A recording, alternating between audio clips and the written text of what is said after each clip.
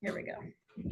So I adapted this from a job talk I gave a while ago, and my dissertation presentation, a couple of other places. So if themes and whatnot become a little funky, please just bear with me. A lot of my work has been in looking at the different trajectories of psychopathology that individuals go through, as well as their neurodevelopmental trajectories. So the idea of being differing trajectories for different folks. Oh, there we go. Okay, so first of all, I wanted to start with giving you a little bit of a background about myself. This wheel of power or privilege has been used recently in my neuropsych didactics. And I really like it as a way for speakers to kind of introduce a little bit more about themselves and the context of where they've grown up, what kind of power and privilege they have. Especially for me, I acknowledge that I have quite a bit of power and privilege when it comes to a lot of different things. You know, I'm white, I am cisgender, and have had a lot of really easy aspects to my life. So it gives me potential for blind spots that I really like to keep at the forefront of my mind, and why I'm really excited to hear from others' feedback all along the way of my training. And I do like to acknowledge that there are a lot of different ways in which power and privilege do come up. And one thing that I think is missing from here is the idea of rural and city living that isn't well represented there, along with many other things. But growing up in a rural area where there weren't any academics was just made it more difficult to figure out how to navigate academia as an adult. So I'd also want to give you a little bit of my timeline. Since graduating from undergraduate at Boston College in 2011, yes, 2011, I then spent 4 years in a post-baccalaureate position working at the Institute of Living in Yale with Michael Stevens on a bunch of different projects looking at neurodevelopmental trajectories of ADHD, conduct disorder, schizophrenia, psychosis, substance use, and mood disorders. And hoarding. So we had a wide range of things that we were looking at, but it was really much more of an trying to get a better understanding of how the developmental stages that kids were going through in their teen years was affecting the psychopathology that they then experienced. So that really influenced me then when I went on to graduate school at UIC, where I was a clinical psychology graduate student. While there, I had the fortune or mishap of my faculty mentor moving halfway through my graduate training to the University of Utah, and I decided to move there with him physically, although I did not transfer my degree. So I stayed at UIC remotely and physically worked in Utah. This ended up allowing me to do a lot of things I couldn't have otherwise done. And then internship year, as clinical psych students do, I came to UCLA, did a pediatric neuropsychology rotation, and I'm now here on my postdoc position.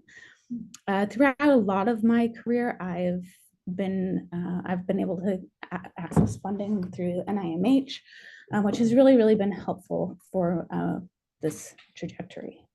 So I also acknowledge that there is probably quite a lot of privilege just being shown in this timeline itself. Well, you spent a lot of years doing research before grad school. Was that helpful in helping you narrow down, your interests?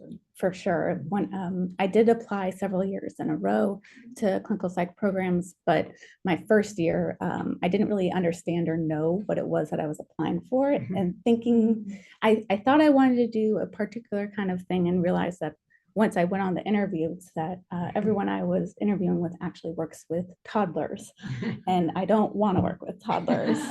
So why am I pursuing this particular, like the topic matter, the words, the everything that they were using within their research was very interesting to me, but it was with toddlers, and that was the problem. So my clinical trainings has been varied, but it is primarily through neuropsychology and then intervention with youth. So I have a lot of therapy training, especially in individual and family-based models that are for mood-based disorders. I have a lot of training in cognitive training or executive function coaching, and then a lot of training with neuropsychological assessment in pediatric disorders.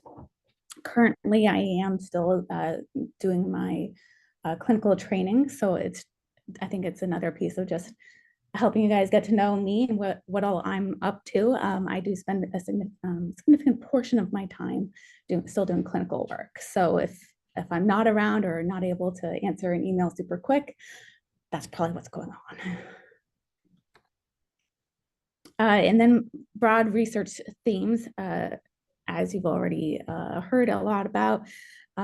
There's three primary ones. I often am interested in looking at how cognitive control and executive functions are impacting the outcome or long-term trajectories of youth disorders. I am more interested in trait endophenotypes or transdiagnostic traits that predict more problematic mental health issues in life, rather than saying, let's split up people who have, for instance, autism and people who don't have autism, and look at how these big group differences are between them. And I can get into more of that as well if you'd like me to. And then finally about the trajectories, just continuing to look at that neurodevelopmental trajectory, because not everyone has the same one. And I think that's part that it gets really confused in the literature. And then I have a wide range of methodology that I have worked with in my prior research. Here at UCLA, I'm really focusing in on questionnaires and interviews, behavioral performance, and neuroimaging, but I've also done quite a bit of eye tracking and EMA. All right, so let me switch then to a little bit of background on the actual research that I do. A few helpful tidbits on definitions. So from the developmental psychopathology literature, there's a couple of different ones that help us better orient to these trajectories of symptoms over time. So multifinality refers to how there's many different roads to Rome, or I'm sorry, multifinality is the opposite of that. Multifinality is you can start off with something like childhood adversity or childhood maltreatment. And from that, there's a lot of different ways that a child can present with problematic psychopathology symptoms, whether that's, and it doesn't even have to be psychopathology. It can be they're doing fine, they're adapted, they're resilient, or they have PTSD symptoms, or they have depressive symptoms, or anxiety symptoms, or ODD symptoms. It just keeps, there's a lot of things that a kid can show up with from something like childhood adversity. The opposite side is equifinality, where there's a lot of roads that lead to Rome. So with youth onset mood disorders, there's a lot of different things that could lead a person to that point, which have they experience a mood disorder in their teen years. We also know that neurodiversity, or quote unquote cognitive disorders, really impact the likelihood that a youth is going to experience depression. So while there's in the past been a huge separation between the cognitive disorders and the mental health disorders, there's actually a ton of overlap between the two. And finally, really important to know that any kind of mental health disorder that's onset in years of youth really is associated with increased mortality, morbidity, suicidality, loss of developmental milestones, and just a whole host of other poor outcomes than, say, if that same disorder were to onset in adulthood. Finally, treatment is tricky with youth. It really is. Why does it keep doing that? Another thing is that youth depression is on the rise. So, before COVID, in 2017, this study, they showed that youth depression was at 13% of kids had experienced a depressive episode in that past year. Since COVID has happened, the CDC recently came out with an analysis saying that more than half of teenage girls are experiencing a depressive episode in a given year. That's more than half. So it's now the norm to have a depressive episode rather than not. Well, that's like, it's strange not to be depressed during COVID, like it's abnormal to not be depressed in the face of like these kinds of things. So like an episode is one thing, but like, are the diagnoses of major depressive disorder gone up significantly as well? Well, right. So if a person experiences an episode, they have the diagnosis. Oh, it really? Yes. And then if they have multiple episodes, it changes to a recurrent diagnosis. I didn't realize it was that. Well, I guess I don't know what goes into getting a diagnosis then. It's fair.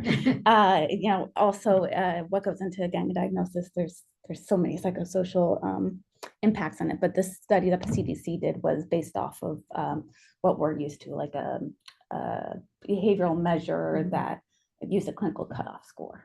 So they didn't necessarily do what I would consider is the true form of determining an episode by interview and making sure that it's really 2 weeks that they experienced it, and et cetera, et cetera. But still, it's more so the norm than not for kids today to be depressed. Not a helpful thing. And as I was saying before, youth onset MDD is associated with a host of problems in addition to just the depressive episodes themselves. More comorbid diagnoses, more likely to have personality disorder diagnoses in the future, which have their own mental health stigmas attached to them, and reduced educational economic attainment, I think, is one huge one that needs to be kept in mind, along with the chronic and recurring nature of the disorder itself. The other piece is that treatments really only help so much when it comes to depression. So this was a meta-analysis. It's been a while. This was pre-COVID.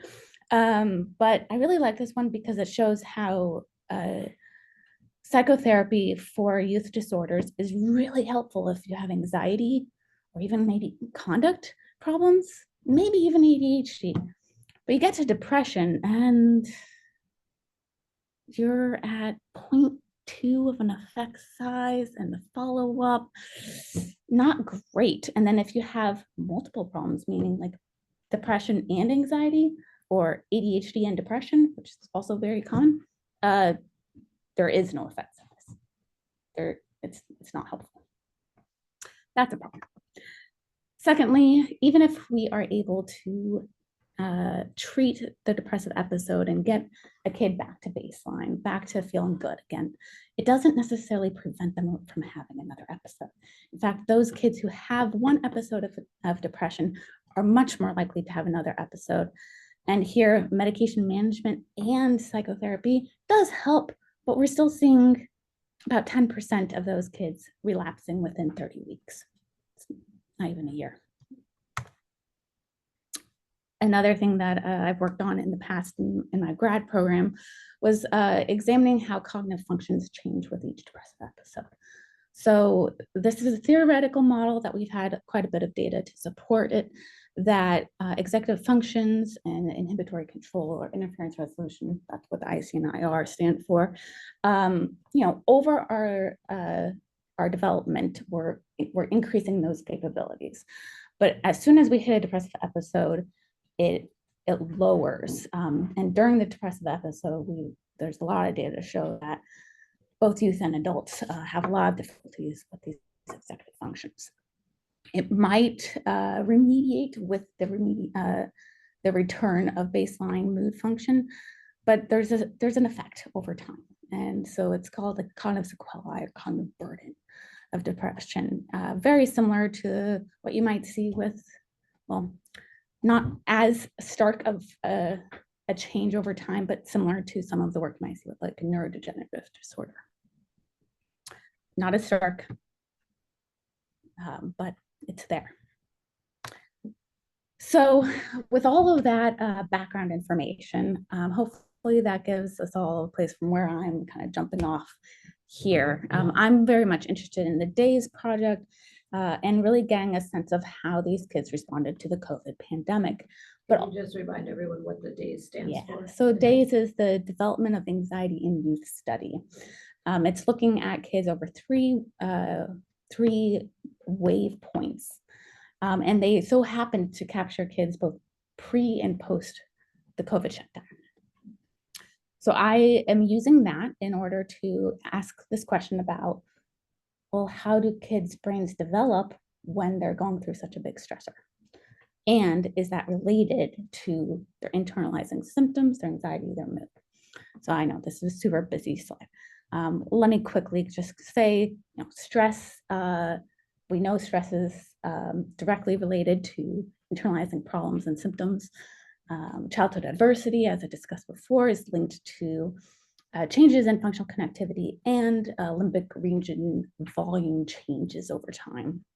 Usually they show a reduction like the amygdala, for example. When it's adults with mood disorders in the remitted state, the childhood adversity is actually associated with a ton of functional connectivity changes that are different and related to that childhood adversity, and that's what's shown over here. Okay, so then there's also been great studies looking at acute stress in the scanner and how people's functional connectivity changes due to that acute stressor. Really cool stuff there about subnetworks and their changes over time predicting ongoing negative affectivity following the stressor. However, we don't know how stress during development actually impacts that long-term trajectory of development that we're supposed to be seeing in our youth.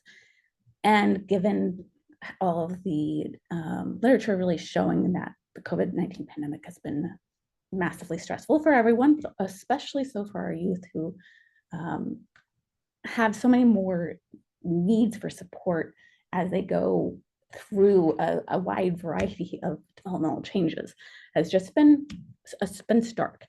So using this as a leverage point to really assess what this neurodevelopmental stage is looking like for these kids. Oh, and that's in the way. This study down here about the brain aging that the COVID-19 pandemic has potentially shown in, so there's a study that's showing that there might be greater brain aging in kids following the pandemic and, peri-COVID, not necessarily following the pandemic, but say Gottlieb. Yes, so that's Tiffany Ho's study actually. Oh, that's so wanted to link that up there. Yeah, it's really good stuff. So this is the section of the study design that I'm going to be using.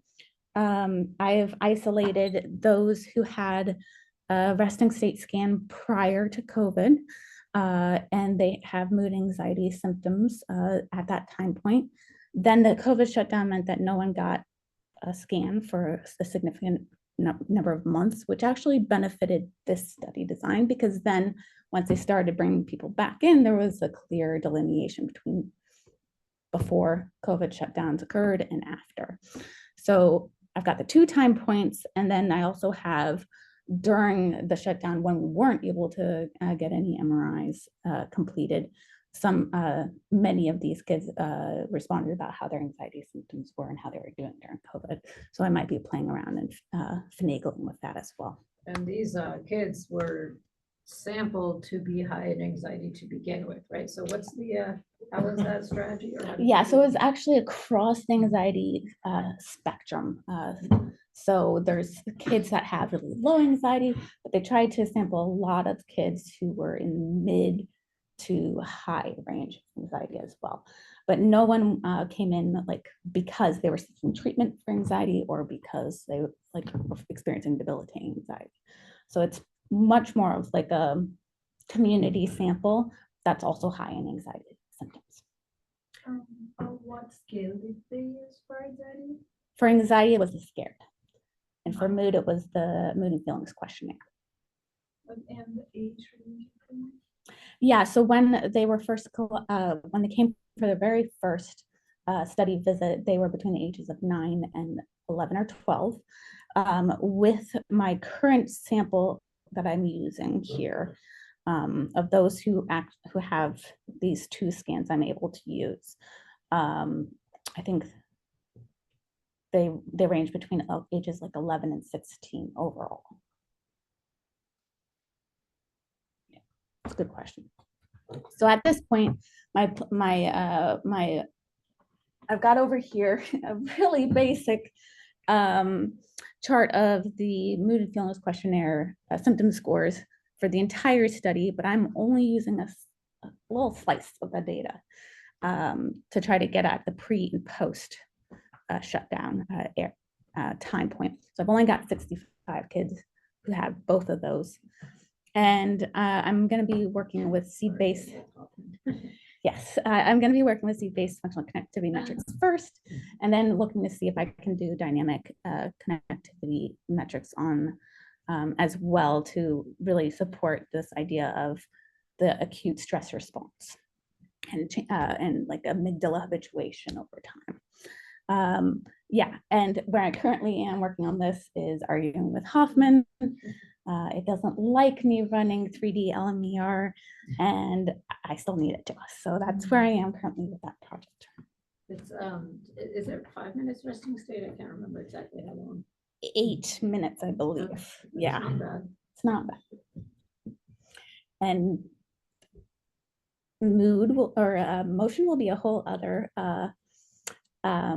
issue that Paula and I are working on really getting a good sense of. Or you might be having fun.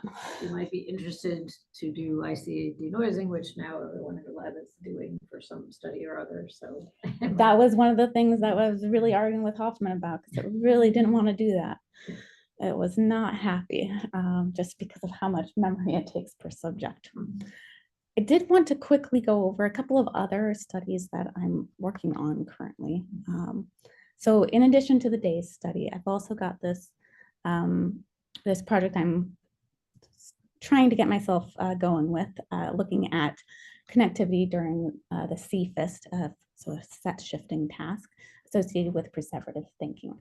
Now, this goes back to what I was talking about before of looking at things from more Ardockian perspective, looking at things from more transdiagnostic perspective, rather than a specific diagnostic category.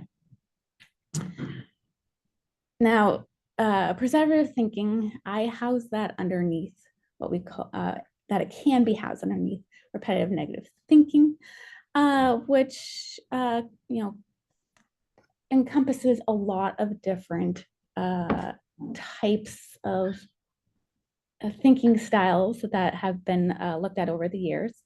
Rumination, worry, overthinking. We know that this is related to and predicts the risk and maintenance of depressive symptoms, of depressive disorders, of anxiety symptoms, of self-harm, suicidal risk, self-injury behaviors, so many different things that these repetitive negative thinking styles tend to be related to, that really seem to be predicting basically really poor mental health outcomes, more severe mental health outcomes, and more likely to need you know, higher levels of care.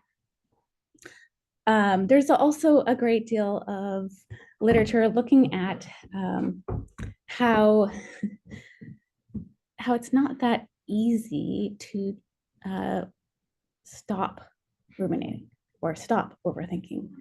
And that just because we know it's not good for us doesn't mean that we like, oh, I'll just stop doing that. It's fine, whatever. There's a lot of like memes out there. In fact, so many. It's just well known in the literature and the world that you can't just stop it just because you don't like it. So it makes it even that more intractable, that it's hard to shift out of. Not only is it something that is characterized by not being able to shift out of your thinking, but it's getting stuck in your thinking. And so you just go round and round in cycles of thinking about really negative things. That was quite the loop I just did myself. We also know from a lot of great work that's been coming out over the past 10, 15 years about how functional networks are related to repetitive negative thinking. And we also have seen how those who have autistic individuals who have perseverative thinking also demonstrate higher internalizing symptoms, whether that's anxiety or depressive symptoms. So the idea here is that if repetitive negative thinking is related to default network activation and connectivity, as we've seen in our meta-analyses, whether that's meta-analyses about perseverative thinking or meta-analysis about rumination or meta-analysis about repetitive negative thoughts, and if executive function, which houses the capability of set shifting and inhibiting unwanted thoughts, if that is pulling from the executive control network, then the interactions of these two networks may be able to predict the difficulties that we see kids with autism have with perseverative thinking, and for kids who don't have autism but who have perseverative thinking of any not at any threshold. So that's the kind of the baseline from where I'm going with the background I'm going with to take a look at whether we can predict interactions between these networks using CAP analysis that's associated with perseverative thinking in a set of children with and without autism. And if that prediction of those network interactions will also be related to mood symptoms and behavioral performance. So really narrowing in on, is this perseverative thinking similar to all the other repetitive negative thought processes that we've talked about, or is this really something different, like brain-based, same or different? And currently at this point, I'm still in the pre-processing phase and working on figuring out this scripts from Dina. Thank you very much, Dina.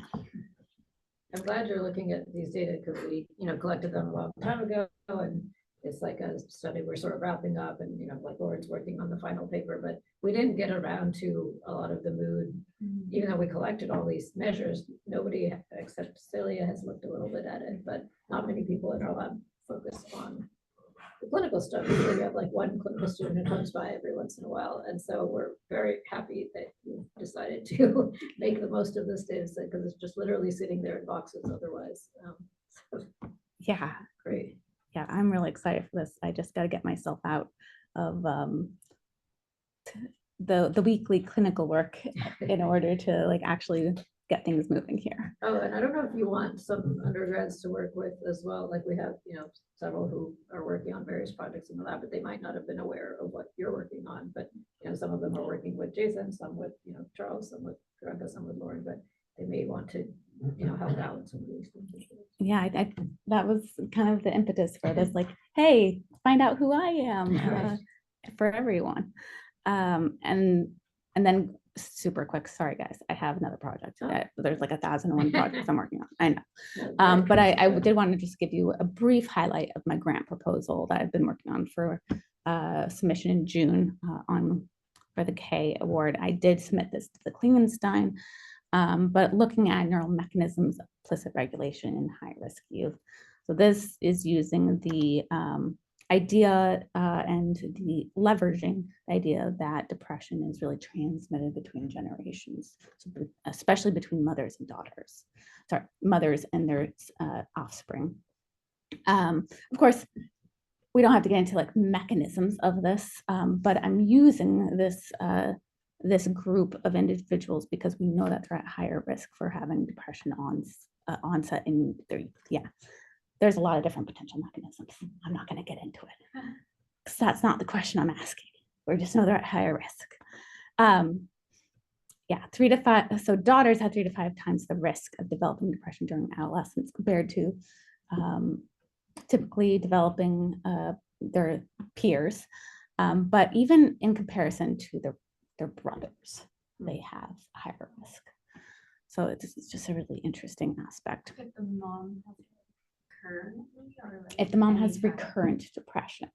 So she doesn't necessarily need to be depressed at the moment at which they come in for the study, but if she's had multiple episodes of depression. Yeah, it's a good question. And there's a ton of literature trying to identify if it's all about like when the mom is depressed. It's a bit of a wash. We don't know. We do know that if she's depressed at the time that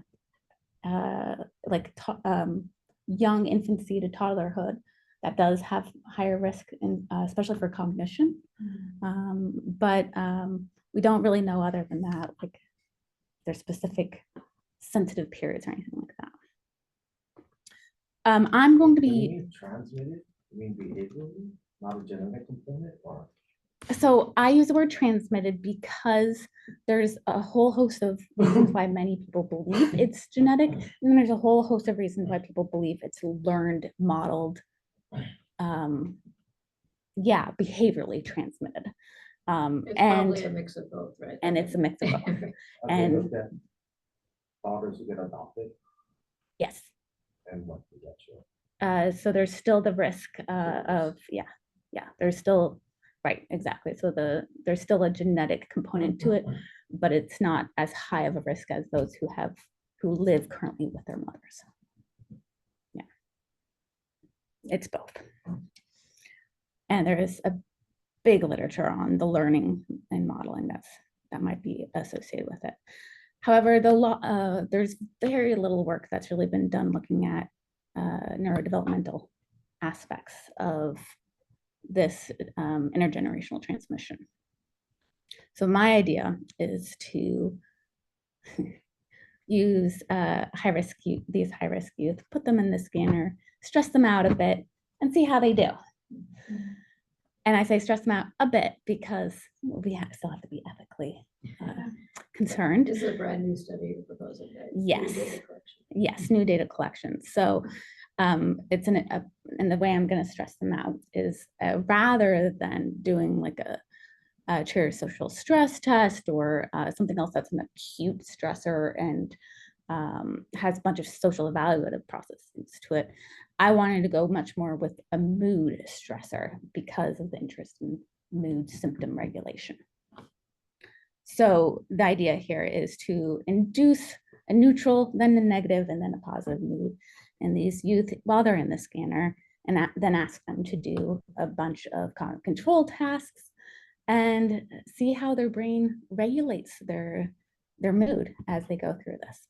And if they're able to really stay focused on the cognitive task at hand, their performance as well, or if it teeters off. It is a within subjects design, so I'm not comparing them against typically developing youth. Currently, I do think that with the K, I might be able to actually have enough money to do a group analysis, but for the Klingenstein, it was directly just within to pilot the concept idea.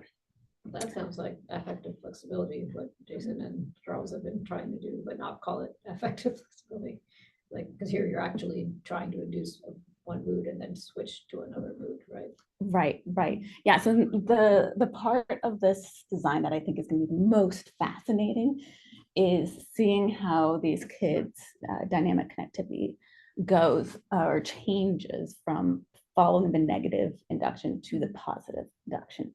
Like, our kids who are at higher risk and who already have some depressive symptoms going to be more likely to not be able to follow the mood induction of positive. Are they going to stay stuck in the negative mood? And that's also why I want to look at the dynamic connectivity, is to look at those functional networks as they interact. And yeah, that sticky thought. Question, like, I'm not much aware of like task MRI. So what kind of like stimulus do you use to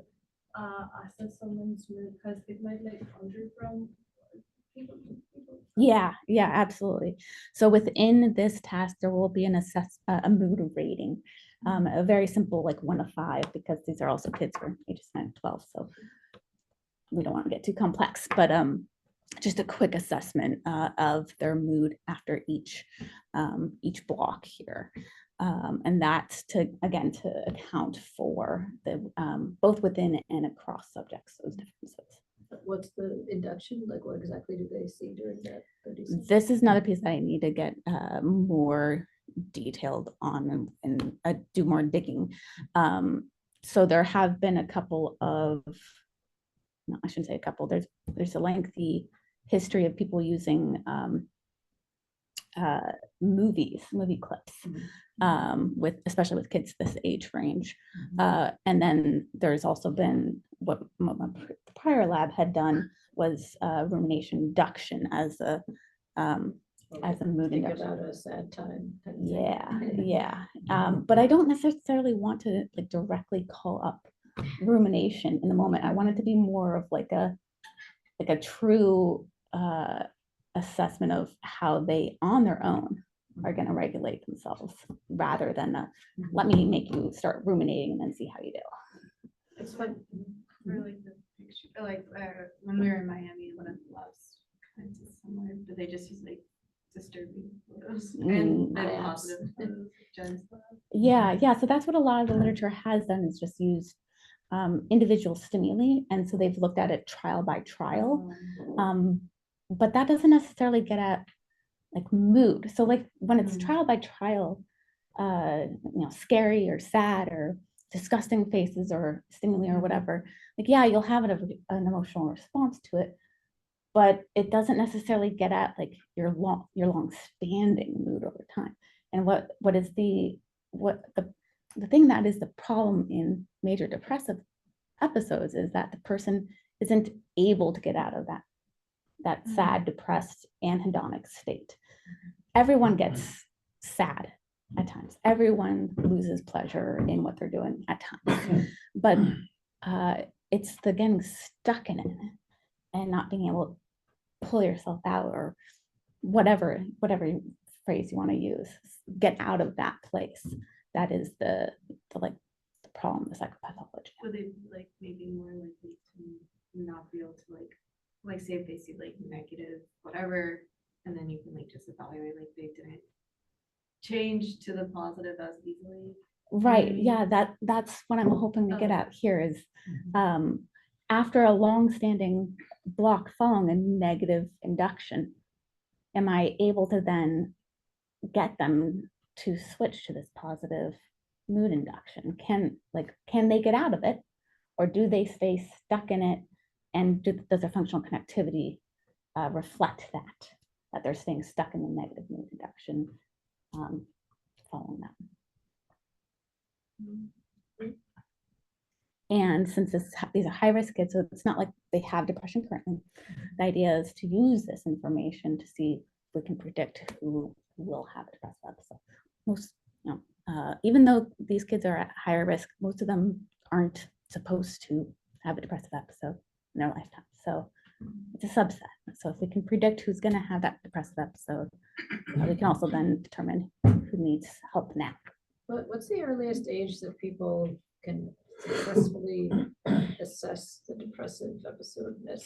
Because there's only so many, you have to be verbal, all these things. Yeah, so like the subjective rating of symptoms, I think reading age, the ability to read is really. Do kids read? I mean, I know clinically people have diagnosed like 6-year-olds and 5-year-olds with major depressive episodes, but it's not as common. They now usually go with more so the disruptive mood disorder. I missed a D somewhere in there. There was somebody who did a similar paradigm.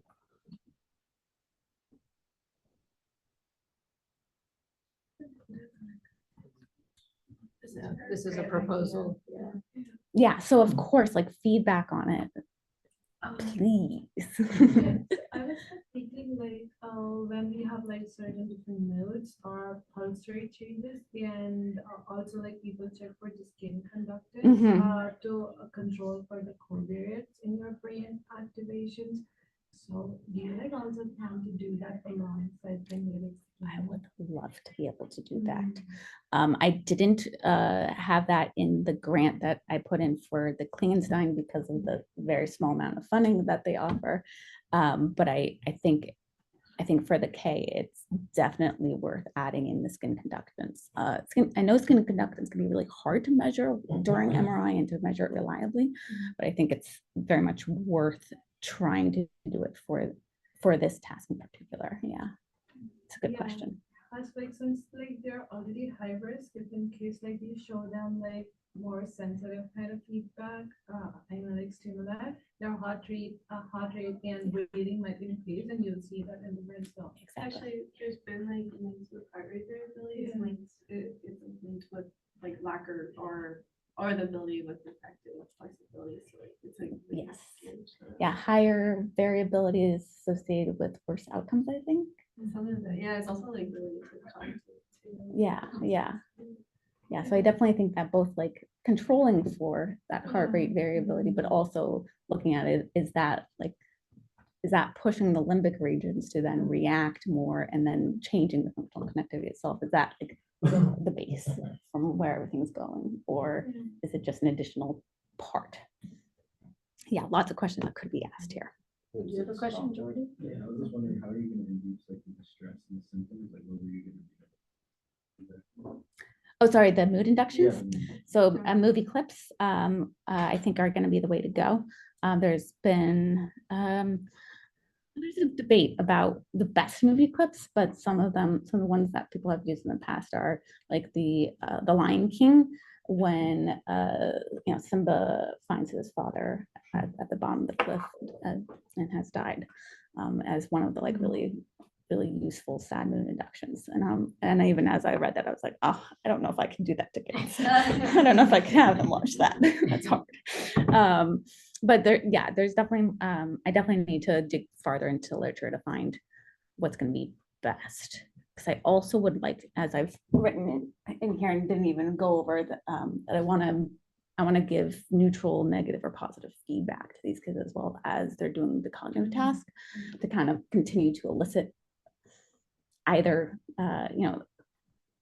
like when you're in a bad mood, have you ever noticed that anything that someone else says hurts more?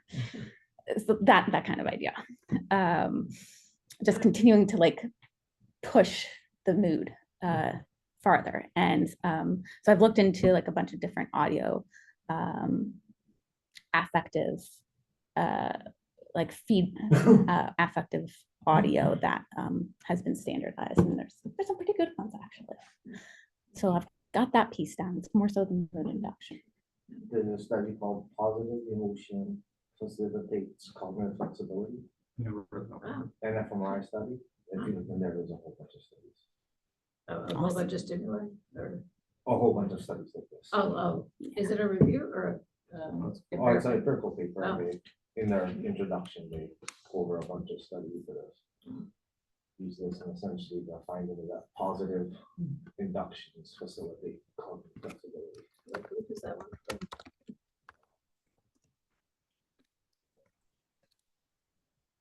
Facilitates Cognitive flexibility and fMRI study.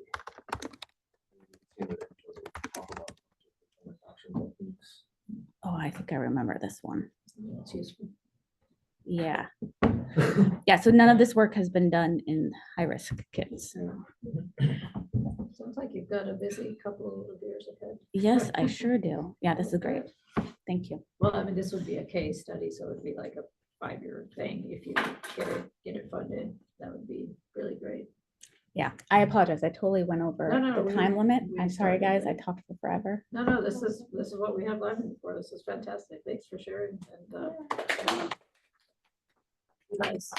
And you guys are meeting now, right? So like if you have questions and you want to stay longer by Zoom, you can stick around in your meeting in this room.